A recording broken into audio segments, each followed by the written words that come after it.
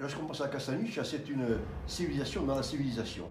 C'est une civilisation du châtaignier, bien entendu, avec des arbres qui, quelque part, ressemblent aux hommes parce qu'il y a une osmose extraordinaire entre les uns et les autres. Castagniccia, c'est une forêt singulière, grâce aux saisons.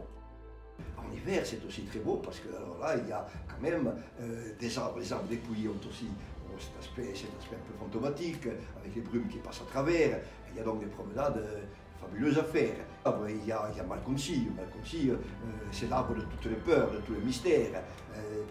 Cet arbre tortueux, couvert de verrues de bois, sillonné de rides, creux, avec cette pierre à l'intérieur, on dit que les sorcières se réunissent.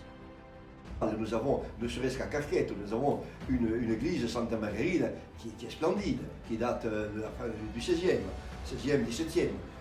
Il y a un peu plus loin à Piedigroge, il y a le couvent, le fameux couvent de beaucoup de révolutions. C'était un ensemble de maisons de tours médiévales. Et à ma première escapade, quand je suis arrivé ici, de mon village, eh bien, j'ai découvert ce qui était un ensemble de maisons de tours. Finalement, des gens viennent du monde entier dans ces gîtes. Et ils viennent et puis, bon, c'est pour découvrir tout ce qu'il y a autour, c'est-à-dire le paysage, qui est merveilleux. Et surtout, ils repartent avec une certaine idée de la Corse parce que je leur raconte des événements qui sont produits ici et ailleurs.